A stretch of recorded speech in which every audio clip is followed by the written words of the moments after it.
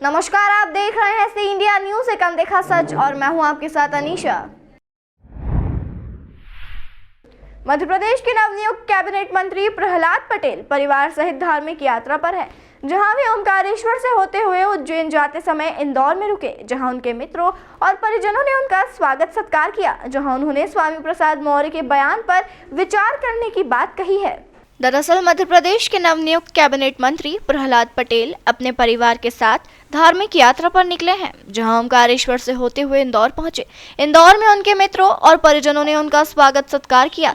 Media से चर्चा के दौरान उन्होंने अपने गुरु को धन्यवाद देते हुए कहा कि उनके आशीर्वाद से ही मैं आज तक राजनीति के क्षेत्र में निष्कलंक बना हुआ हूं। पटेल ने लोकसभा चुनावों को लेकर कहा कि इस लोकसभा चुनाव में बीजेपी मध्य प्रदेश की सभी 29 सीट जीतने जा रही है। नवनियुक्त कैबिनेट मंत्री पटेल ने कांग्रेस नेता राहुल गांधी द्वारा निकाली जा रही न्याय यात्रा को लेकर कहा कि जिसकी सांस खत्म हो जाती है उन्हें कई तरह के जतन करने पड़ते हैं। देश का मतदाता प्रधानमंत्री मोदी के साथ खड़ा है। देश का युवा आज प्रधानमंत्री मोदी की ओर देख रहा है। देश के गरीब तबके को प्रधानमंत्री नरेंद्र मोदी से कई उम्मीदें हैं। ऐसे में एक बार फिर केंद्र में भाजपा की सरकार बनने जा रही है।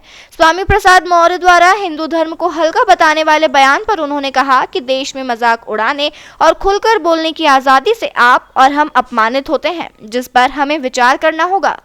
सभी को नर्मदे हर।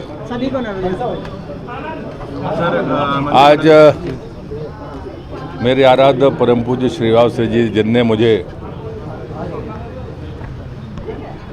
सोते से जगाया और मुझे ये जीवन दिया, जिसके कारण आज मैं निष्कलंक जीवन या आरोप मुक्त जीवन जी पा रहा हूँ।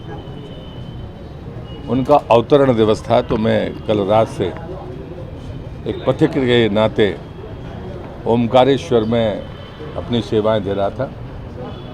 सपरिवार हूँ, अपने उन सभी मित्रों के साथ जो मेरी तरह ही लहसुन प्याज का त्याग करके आहार का संयम लेकर सार्वजनिक जीवन में हैं।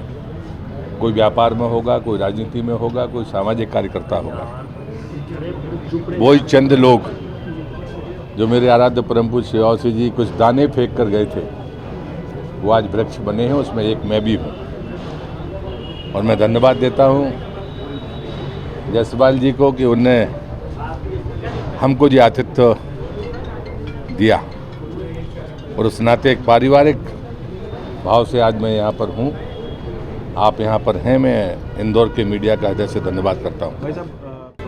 दो बातें बड़ी साफ है कि हमने एक प्रचंड बहुमत हासिल किया है राज्य के चुनाव में। कोई इसका आकलन नहीं कर रहा था, लेकिन मेरा किसी ने भी बयान सुना हो या पढ़ा होगा, मैंने कहा था कि मैं 2003 की पुनरावृत्ति देख रहा हूँ।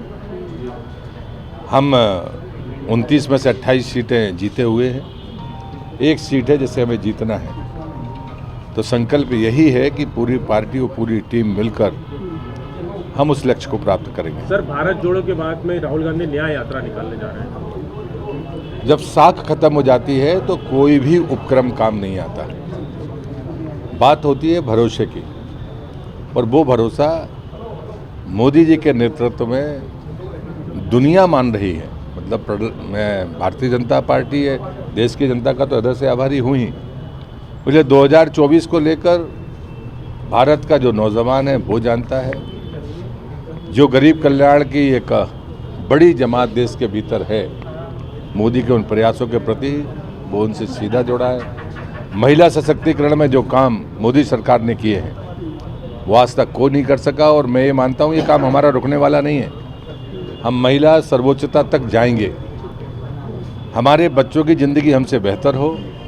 और चौथी और अंतिम बात होती है कि जो हमारी अर्थव्यवस्था की रीढ़ की हड्डी किसान है, उसे उसके अनाज मेहनत का दाम भी सही मिले और सम्मान मिले। ये चीज़ें हैं जो हमें हमारे सामने विजन के रूप में है। उधर रोड मैप हमारा है और उस रोड मैप पर लोगों का भरोसा है। स्वामी प्रसाद मौर्य ने एक बार फिर बयान दिया, हिंदू धर्म को धंधा और धोखा बताया है। मुझे लगता है कि हम और आप सब उससे अपमानित होते हैं, और ये मजाक उड़ाने की इजाज़त आज़ादी के नाम पर जो मिली हुई है, हम सबको विचार करना पड़ेगा। मतलब केंद्रीय मंत्री के बाद में प्रदेश के कैबिनेट मंत्री का दायित्व आपको मिला हुआ है, किस तरह कार्य होगा गृह प्रदेश में? मुझे लगता है कि अनुभव का लाभ हमेशा मिलता है और श्रद्धेय अटल बिहारी वाजपेयी जी की जन्म जयंती के दिन मैंने शपथ ली है।